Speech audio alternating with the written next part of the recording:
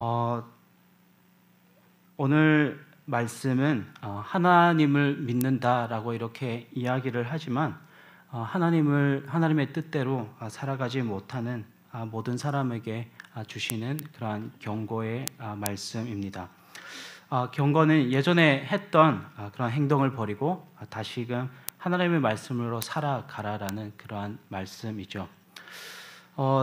작년 4월에 그 아파트 지하 주차장의 천정이 무너지는 그러한 일이 일어났습니다. 사고의 원인이 무엇인가 봤더니 건축 규정을 지키지 않아서 일어났던 그런 사고였습니다. 부식된 골재를 쓰지 않아야 되고, 그리고 골재를 철근을 넣어야 되는 그곳에 철근을 넣지 않았기 때문에 생긴 그러한 사고였습니다. 2022년에도 강주광역시에서 비슷한 사고가 일어났었습니다. 우리의 인생을 건축물에 비유해 본다면 우리의 그 인생은 아직 건축되지 않은 건축물과 같다라고 이렇게 이야기를 할 수 있습니다. 인생이라는 건축물이 무너지지 않고 바르게 세워지기 위해서는 어떻게 해야 될까요? 건축 규정을 당연히 지켜야 되고, 우리의 인생 가운데 부식된 골재 같은 것들을 사용하지 않고 철근을 넣어야 되는 것에 철근을 든든히 넣어야지 우리의 인생이 바르게 무너지지 않고 세워지는 것입니다. 오늘 마태복음 말씀을 보면서 우리의 인생이 정말 건축 규정을 따라서 잘 건축되고 있는지 말씀을 보면서 점검하는 그런 시간을 가졌으면 좋겠습니다. 오늘 말씀, 사실은 본문 말씀은 좀 긴데요. 28절부터 이렇게 시작이 되는 말씀인데, 오늘 본문 앞절 말씀에 보면 하나님의 아버지의 말씀에 순종하는 아들과 순종하지 않는 아들이 등장합니다. 이 비유는 포도원을 가지고 있는 아버지가 첫째 아들에게 일손이 부족하니 포도원에 들어와서 일 좀 해라 라고 이렇게 이야기를 하죠. 그 말씀을 들은 첫째 아들은 네, 그렇게 하겠습니다 라고 이렇게 아버지께 이야기를 합니다. 첫째 아들로도 부족했는지 아버지는 둘째 아들에게 또다시 이야기를 하죠. 포도원에 들어와서 일 좀 해라. 아버지의 말씀을 들은 둘째 아들은 그 말씀을 듣고 나서 바로 아버지 싫습니다 라고 이렇게 이야기를 하죠. 첫째 아들과 둘째 아들의 이야기만 듣고 나면 정말 아버지의 말씀에 순종하는 것이 첫째 아들이고, 둘째 아들은 아버지의 말씀에 불순종한 것처럼 보입니다. 그런데 말씀이 전개되는 것을 보면 첫째 아들은 아버지의 말씀에 순종하는 것처럼 이렇게 보였지만 대답만 하고 대답한 대로 아버지의 말씀에 순종하지 않습니다. 그렇지만 둘째 아들은 처음에는 아버지의 말씀에 순종하지 않고 아버지의 말씀을 거절했었지만 돌이켜서 아버지의 포도원에서 일하는 것을 볼 수 있습니다. 그렇다면 누가 아버지의 말씀에 순종한 아들일까요? 처음에는 불순종했지만 나중에는 돌이켜서 아버지의 말씀을 듣고 포도원에서 일한 아들입니다. 그래서 마태복음 21장 31절에 예수님께서 종교 지도자들에게 이렇게 질문을 합니다. 그들 중에 누가 아버지의 뜻대로 하였느냐? 이르되 둘째 아들이니이다. 예수께서 그들에게 이르시되 내가 진실로 너희에게 이르노니 세리와 창녀들이 너희보다 먼저 하나님의 나라에 들어가리라. 첫째 아들은 하나님의 말씀을 받은 이스라엘 종교 지도자들을 의미합니다. 이스라엘 종교 지도자들은 하나님의 말씀을 받고 그대로 살아가겠습니다 라고 이렇게 이야기를 했지만 그 대답한 대로 살아가지 못했습니다. 그렇게 말한 대로 대답하지 못한 이스라엘 종교 지도자들과는 반대로 둘째 아들 세리와 창녀들은 하나님께서 말씀하실 때 그 말씀을 처음에는 거부했었지만 나중에는 하나님의 말씀을 살아계신 하나님의 말씀으로 받아들이고 그 말씀에 반응하며 살아가는 그런 모습을 보여줍니다. 세리와 창녀는 그들이 원하는 대로 살아왔던 사람들입니다. 세리는 10원을 거두라고 하면 30원을 걷어서 20원을 자기의 호주머니에 넣었던 사람들입니다. 창녀들은 하나님의 형상대로 지음받은 그 몸을 자기가 원하는 대로 사용했던 그런 죄인이었습니다. 반면에 이스라엘 백성들은, 이스라엘 종교 지도자들은 하나님의 말씀에 바르게 반응하고 하나님의 그 율법을 따라서 예배를 드리고 하나님의 말씀을 따라서 절기가 되면 절기 앞에 하나님 앞에 나와서 금식하기도 하고, 그리고 기도하는 시간이 되면 두 손을 모아 어디에서든지 기도하면서 하나님의 말씀을 따라서 살아가는 것처럼 보였습니다. 하지만 유대 종교 지도자들은 입술로만 하나님의 말씀대로 살겠다라고 고백하고 일상은 하나님의 말씀을 따르지 않는 그런 삶이었습니다. 이렇게 말하고 행동하지 않는 종교 지도자들, 특별히 바리새인들을 보고 예수님께서 뭐라고 말씀하십니까? 마태복음에 보면 이렇게 말씀하십니다. 화 있을 진조 외식하는 서기관들과 바리새인들이여, 회칠한 무덤 같으니 겉으로는 아름답게 보이나 그 안에는 죽은 사람의 뼈와 모든 더러운 것이 가득하도다. 23절에 이어서 앞에 화면에 나와 있는 것처럼 예수님께서 이렇게 또 말씀하시죠. 화 있을 진조 외식하는 서기관들과 바리새인들이여, 너희가 박하와 회양과 근처에 11조는 드리되 율법에 도중한 바 정의와 긍휼과 믿음은 버렸도다 라고 이렇게 말씀합니다. 겉으로 봤을 때 서기관들과 바리새인들은 하나님의 말씀을 지키는 거룩한 하나님의 백성처럼 보였습니다. 하지만 하나님의 관점에서 유대 지도자들을 봤을 때 그들의 속은 죽은 사람처럼 썩어 있는 그러한 모습이었습니다. 그들의 하나님의 말씀을 따라서 바르게 행동하고 정의를 따라서 행동하고 가난하고 궁핍한 자들을 섬기고, 그리고 하나님의 말씀을 따라서 믿음으로 반응하는 가운데 메시아를 지키면서 메시아를 바라보면서 그들의 삶을 살아간 것이 아니라 그들이 원하는 대로 살아갔던 것입니다. 반면에 세리와 창녀는 어떻습니까? 하나님의 말씀을 버리고 그들 마음대로 살았던 죄인입니다. 그런데 요한의 그 선포를 통해서 회개하라, 천국이 가까이 왔다라고 이렇게 말씀하는 것을 통해서 세리들은 어떻게 합니까? 자신의 직업을 버리기도 하고, 그리고 창녀는 다시금 하나님의 그 형상대로 지음받은 그 몸을 더럽히는 그 일에서 벗어나서 일상으로 돌아가는 것을 볼 수 있습니다. 그렇게 처음에는 하나님의 말씀을 거부했지만 나중에 하나님을 믿고 회개한 세리와 창녀는 어떻게 됩니까? 먼저 하나님의 나라에 들어가게 되는 것입니다. 많은 사람들이 하나님의 말씀을 듣고 하나님의 말씀대로 살겠습니다라고 이렇게 이야기를 합니다. 그리고 매번 하나님의 말씀대로 살겠다라는 그 이야기를 반복해서 합니다.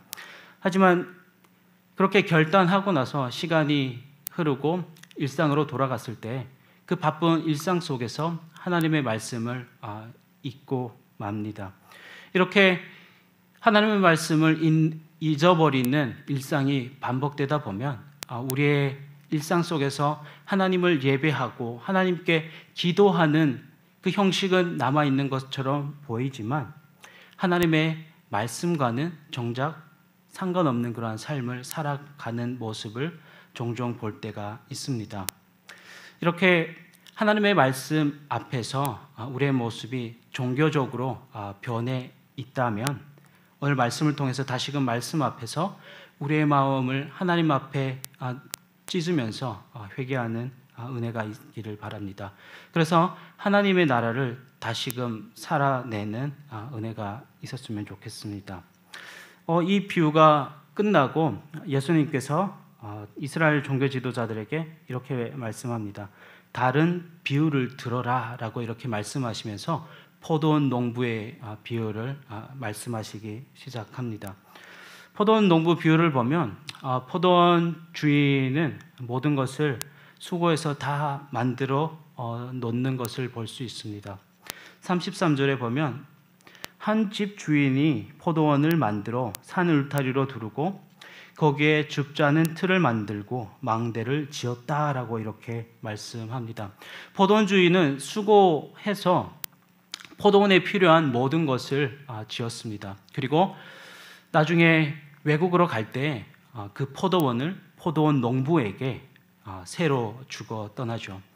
포도원 농부들은 그곳에 들어와서 해야 되는 필요가 없었습니다. 왜냐하면 모든 것이 갖춰져 있었기 때문에 그들이 해야 되는 것은 그저 포도원에서 수고해서 열매를 맺는 일이 전부였습니다. 그리고 소출이 생기면 그 소출을 주인에게 나중에 얼마를 드리는 것이 전부였습니다.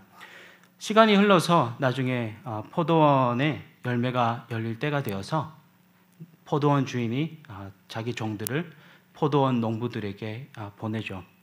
그렇게 소출 얼마를 받기를 원해서 종들을 보냈지만 오히려 포도원 농부들은 그 종들을 때려서 죽이는 그러한 일이 일어납니다. 그래서 포도원 주인은 더 많은 사람을 그곳에 보내지만 어떤 일이 일어납니까? 그들마저 돌로 쳐서 죽이는 일이 일어납니다. 그리고 마지막에는 본인이 사랑하는 아들을 보내지만 오히려 농부들은 더 즐겁게 그 아들을 죽이는 일이 벌어집니다. 좁은 의미에서 포도원은 이스라엘이라고 볼 수 있습니다. 그리고 농부들은 이스라엘 종교 지도자들이라고 볼 수 있습니다. 그리고 포도원 주인이 하나님이고 마지막에 주인이 보낸 아들은 예수님을 의미합니다. 하나님께서 이스라엘과 언약을 맺고 포도원과 같은 가나안 땅에 이스라엘 백성들을 들여보냈습니다. 그들에게 이스라엘 땅을 맡기면서 그들에게 말씀하신 것은 이스라엘 백성들이 포도원과 같은 그 가나안 땅에서 모든 것이 주어진 그 가나안 땅에서 하나님의 말씀을 따라서 하나님의 백성으로 거룩하게 살아가는 것이었습니다. 그렇게 하나님의 말씀을 따라 살아갈 때 하나님께서 이스라엘 백성들에게 어떤 축복을 주신다라고 우리에게 말씀하셨나요? 신명기 28장 2절에서 4절에 보면 이렇게 기록하고 있습니다.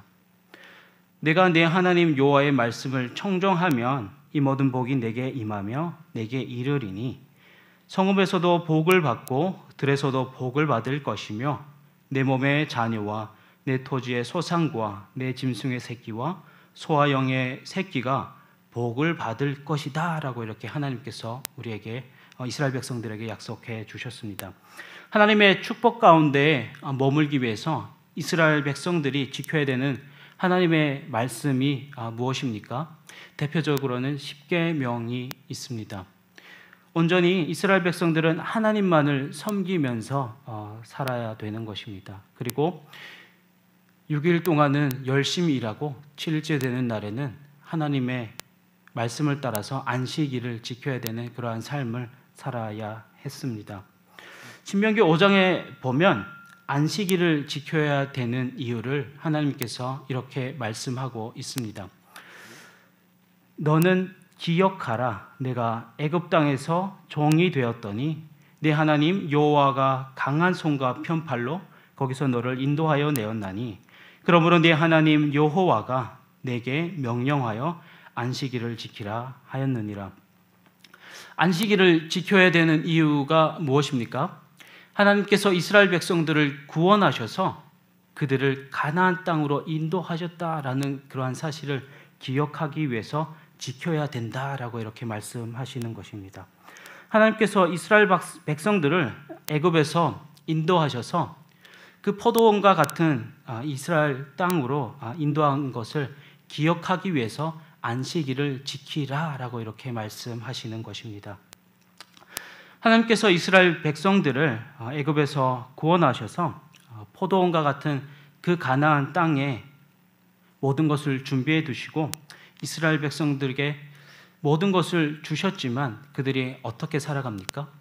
그곳에 들어가서 가나안 여인들과 결혼하기도 하고 하나님을 버리고 우상을 섬기기도 하면서 살아갑니다. 우상을 섬기는 것이 마치 하나님을 섬기는 것처럼 착각하고 살아가는 것입니다. 그리고 안식일을 지키지만 하나님께서 그들을 구원하신 일을 잊어버리고 형식만 남은 종교 생활을 이어가고 있는 모습들을 종종 우리에게 보여주고 있습니다. 이스라엘이 하나님을 잊고 살아가다가 하나님께서 선지자들을 계속해서 보내주시죠. 선지자를 보내면서 그들이 잠자고 있을 때 그들을 깨우지만 오히려 이스라엘 백성들은 어떻게 합니까? 이스라엘 종교 지도자들은 하나님께서 보내시는 그 선지자들을 돌로 쳐 죽이는 그러한 일이 일어납니다. 나중에 하나님께서 그 포도원 주인이 자신의 아들까지 보내면서 그들이 다시금 깨어서 일어나서 하나님을 섬기기를 원했지만 이스라엘 종교 지도자들은 그분마저 죽이게 되는 것입니다. 하나님과 이스라엘 백성들이 언약을 맺을 때 하나님께서 이스라엘 백성들에게 축복의 메시지만 주신 것이 아닙니다. 동시에 저주의 메시지도 함께 주셨습니다. 하나님과 언약을 맺었지만 언약대로 이스라엘 백성들이 살아가지 못하면 포도원 농부들이 포도원 주인과 그 맺은 그 계약대로 살아가지 못하면 농부들이 계약을 지키지 못할 때 그 포도원 농부들에게 이 저주의 응답이 되는 것입니다. 주인과 약속한 대로 살지 못한 포도원 농부들은 포도원에서 쫓겨나고 이 포도원은 하나님의 약속을 따라서 포도원 주인의 그 약속을 따라서 약속을 이행할 만한 농부들에게 넘겨지게 되는 것입니다.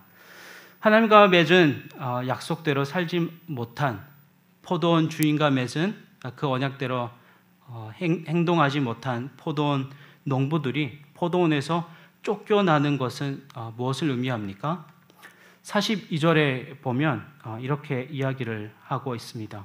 그러므로 내가 너희에게 이르노니 하나님의 나라를 너희는 빼앗기고 그 나라에 열매 맺는 백성이 받으리라 라고 이렇게 말씀합니다. 하나님의 말씀대로 살아가겠다라고 이렇게 입술로만 고백했을 때 그들이 하나님의 나라에서 사는 줄로만 알고 있었습니다. 이스라엘 백성들은 선민으로 우리는 무엇을 해도 하나님께서 긍휼을 베풀어 주실 것이다 라고 이렇게 생각하며 살았습니다. 하지만 언약대로 그들이 살아가지 못하자 그들이 받은 줄로만 알았던 그 하나님 나라를 오히려 빼앗기게 된다라고 이야기를 하고 있습니다. 그래서 마태복음 7장에서 예수님이 뭐라고 말씀하십니까? 이렇게 말씀하시죠. 마태복음 말씀입니다. 마태복음 7장 말씀입니다. 다음으로 넘겨주세요. 제가 읽어드리겠습니다. 그러므로 그의 열매로 그들을 알리라. 나더러 주여 주여 하는 자마다 다 천국에 들어갈 것이 아니요 다만 하늘에 계신 내 아버지의 뜻대로 행하는 자라야 들어가리라. 그날에 많은 사람이 나더러 이르되 주여 우리가 주의 이름으로 선지자 노릇하며 주의 이름으로 귀신을 쫓아내며 주의 이름으로 많은 권능을 행치 아니하였나이까 하리니 그때 내가 저희에게 밝히 말하되 내가 너희를 도무지 알지 못하니 불법을 행하는 자들아 내게서 떠나가라 하니라. 이 말씀은 하나님의 말씀을 따라 살아가지 못하는 종교 지도자들을 단순히 비판하는 말씀이 아닙니다. 이 말씀을 듣고 하나님의 말씀을 떠나 있다면 돌이키라라고 이렇게 경고하는 말씀인 것입니다. 만약 우리의 삶이 그리스도인들의 삶이 이렇게 이스라엘 종교 지도자들과 같이 하나님의 말씀을 입술로만 반복하면서 우리의 삶이 종교적으로 변해 있다면 하나님께서 회개하고 돌이키라 라는 하나님의 사랑을 우리에게 말씀하시는 것입니다. 말씀을 맺겠습니다. 이스라엘은 그들의 인생을 건축할 때 하나님의 말씀에 의존해서 골절을 튼튼히 하기보다는 이스라엘이 보기에 좋은 것, 이스라엘의 생각하기에 유익한 것을 그들의 건축물에 넣어서 그들의 인생을 건축했습니다. 이스라엘 백성들이 생각한 대로 건축물을 건축했을 때 그들의 인생이 어떻게 됩니까? 오히려 하나님의 나라를 빼앗기고 하나님의 말씀대로 그 나라의 열매 맺는 자들에게 하나님의 나라가 들어가게 되는 것입니다. 우리의 인생을 건축할 때 하나님의 말씀을 따라서 건축 규정을 지키며 우리 인생을 건축하는 가운데 무너지지 않는 건축물을 세워가는 저와 여러분이 되었으면 좋겠습니다. 그래서 하나님 앞에 섰을 때 내가 도무지 너를 누군지 알아보지 못하지 않는 그런 상황이 우리에게 펼쳐지는 것이 아니라 착하고 충성된 종이다라고 이렇게 칭찬받는 저와 여러분이 되었으면 좋겠습니다. 먼저 찬양하면서 기도해